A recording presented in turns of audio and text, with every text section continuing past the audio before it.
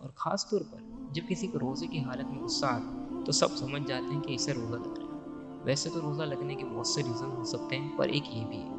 जैसे रमज़ान में 2 या 3 औरतें पूरे घर को संभाल लेती हैं, वैसे ही 2 या 3 मर्दों ने अफ्तारी के वक्त पूरा घर सर पे उठाया हुआ होता है।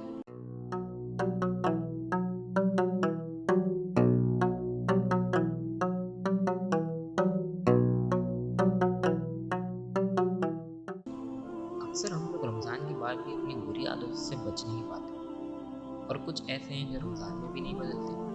अल्लाह माफ़ करे। कुछ लोग हम में से ऐसे हैं कि रमज़ान के बाद अगर हम उन्हें देखें तो ऐसा लगता है कि ईद के दिन शैतान उन्हें छोड़ रहा होता है, मगर वो शैतान को नहीं छोड़ता। ऐसा लगता है कि इब्लीस को उनके वसवसे आते हैं। खैर, ना बदलने के बहुत से रीज़न हो सकते हैं। उसमें से एक रीज़न जो मैं आपके सामने आज डिस्कस करूँगा वो है एंगर, यानी गुस्सा। हम लोग अक्सर सुनते रहते हैं गुस्सा ये है, गुस्सा वो है, इसके ये नुकसान है, वगैरह वगैरह। मगर असल में गुस्सा है क्या? What is the meaning of anger?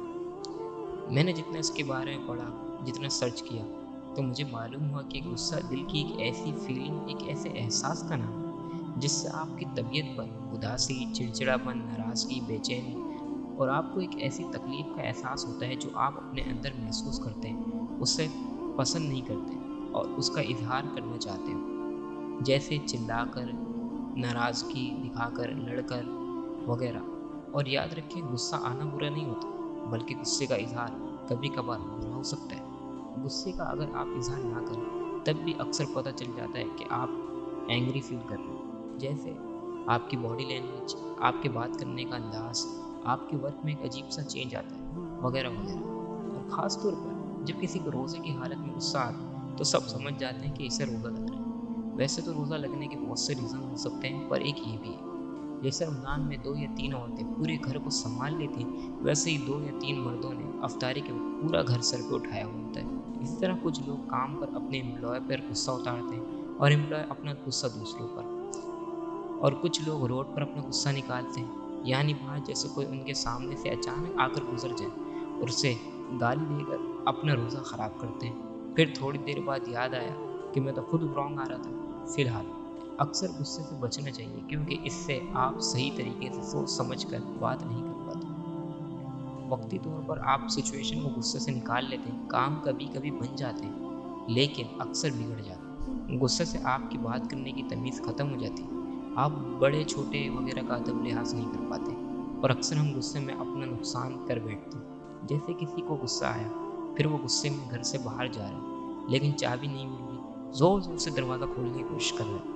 अचानक इतने ज़ोर से दरवाजे पे झटका मारे, कुंडी हाथ में आ गई। बाहर निकला, जेब से रुमाल निकाला तो चाबी ज़मीन पे गिर गई। फिर याद आया, चाबी तो मेरी जेब में ही थी। इसी तरह कोई गुस्से में किसी से बदतमीज़ी करे और लड़ाई वगैरह करे, और पिटने वाला कहे कि मैं अपने बंदों को लेकर आता हूँ, फिर मारने वाला गुस्से में कहे हाँ आजा, मैं देख लूँगा तुझे। फुल गुस्से में इंतज़ार कर रहा है। अचानक वो वाक़ई में 10-15 बंदे ले आया। अब उसका गुस्सा ठंडा हो गया। अब मारने वाले का गुस्सा ठंडा हो गया। अब वो सोच रहा है, यार इनसे बचूँगा कैसे? बाद में इन सब की टाँग पकड़ के माफ़ी माँग रहा है, भाई माफ़ कर दो, गलती हो गई। भाई मैं तो मज़ाक कर रहा था। लेकिन गुस्सा कहीं बहुत ज़रूरी होता है। जैसे आपकी औलाद गलत कामों में लग जाए और आप कहें कि नहीं यार सुधर जाएगा, अभी छोड़ दो, अभी छोड़ दो।